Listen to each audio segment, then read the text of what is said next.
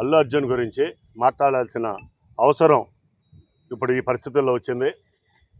Mega compound, mega family అంటే చిరంజీవి గారు ఎంత అణిగి ఉండారో, ఎదిగిన కొద్దీ అణిగి ఉన్నటువంటి మార్గదర్శకులు ఈ దేశంలో చిరంజీవి గారు. అటువంటి ఎంతో అభివృద్ధి కష్టపడి ఎంతో అభివృద్ధి చెందినటువంటి చిరంజీవి గారిని ఒక మహావృక్షం, ఒక పచ్చని చెట్టుగా ప్రతి ఒక్కళ్ళు కులాలకు అతీతంగా, మతాలకు అతీతంగా ఆయన్ని ప్రేమించేవాళ్ళు కోట్లాది మంది ప్రజలు ఆయన ప్రేమించారంటే బ్రహ్మాండమైన ఆయన నడక తరతరాలుగా మాట్లాడుకోవాల్సిన అవసరం ప్రతి ఒక్కళ్ళు చిరంజీవి గారి హావభావాల గురించి.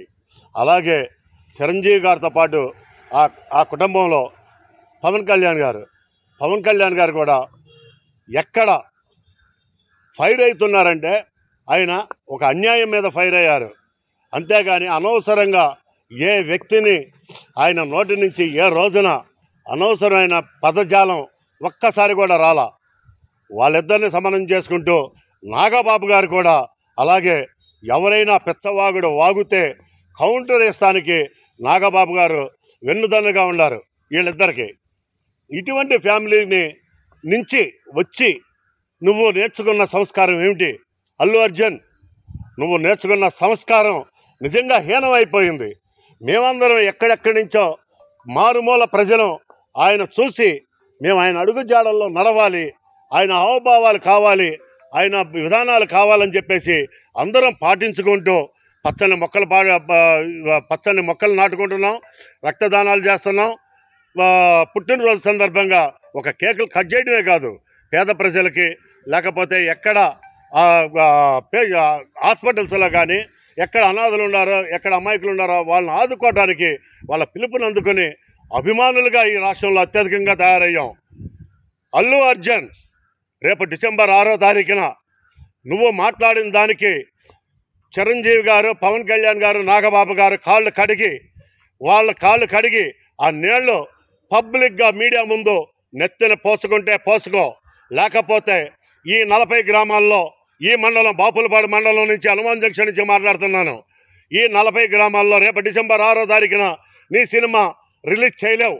ఏ థియేటర్లోనూ నీ సినిమా ఈ ప్రాంతంలో రిలీజ్ కాదు. ఈ గన్నవరం నియోజకవర్గం మొత్తం కూడా నీ సినిమా రిలీజ్ అవ్వటం మాత్రం ఖచ్చితంగా అవ్వదు. ఒక్క ఫ్లెక్సీ కట్టేవాడు ఉండడు.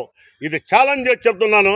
డిసెంబర్ 6వ తారీఖు ఈ లోపల నువ్వు మీడియా ముందు వాళ్ళ కాళ్ళు కడిగి ఆ నీళ్ళని నువ్వు నీ నెత్తలు జింపుకుంటే నీకు ప్రక్షాళన జరుగుద్ది. అప్పుడు కూడా సహించం. దాన్ని ఏ విధంగా మార్చుకోవాలో ఆ విధంగా మార్చుకోవడానికి ట్రై చేస్తాం. కానీ నువ్వు చేసిన తప్పు, చిరస్థాయిగా చేసిన తప్పు చేసేసావు. ఇప్పటికైనా సరే నువ్వు నిర్ణయం తీసుకో. అల్లు అర్జున్, నువ్వు ఒక కామెడీ యాక్టర్వి. నువ్వేదో హీరో అని అనుకుంటున్నావేమో, నువ్వు ఒక కామెడీ యాక్టర్ లాగా కనబడుతున్నావు.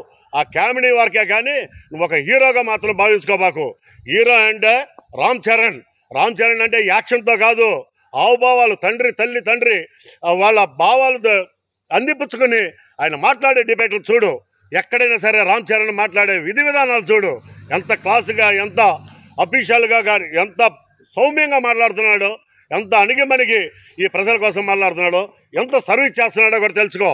మీ తండ్రి పిల్లికి బిచ్చం పెట్టని అల్లు అరవింద్ గారు ఎక్కడైనా సరే సేవా కార్యక్రమాల్లో ఎక్కడైనా ఉన్నాడా? ఈ రాష్ట్రాన్ని ఎక్కడైనా కాపాడారా? నీ కుటుంబం గురించి చెప్తావేంటి? నీ కుటుంబం ఏదో గొప్పదనుకుంటున్నావేమో, నీకేదో సైన్యం ఉండాలనుకుంటున్నాము. చూపిస్తూ సైన్యాన్ని రేపు డిసెంబర్ 8వ తారీఖు 6వ తారీఖు అన్నావు. ఆ రోజును చూపిస్తూ నీ సైన్యాన్ని మేము చూస్తాం, ఖచ్చితంగా చూస్తాం, దీన్ని ఎదుర్కొంటాం. ఖచ్చితంగా కాలుతో అధపాతాళానికి తక్కకపోతే అల్లు అర్జున్ నీకు తగిన శాస్తి చేస్తాం. Thank you.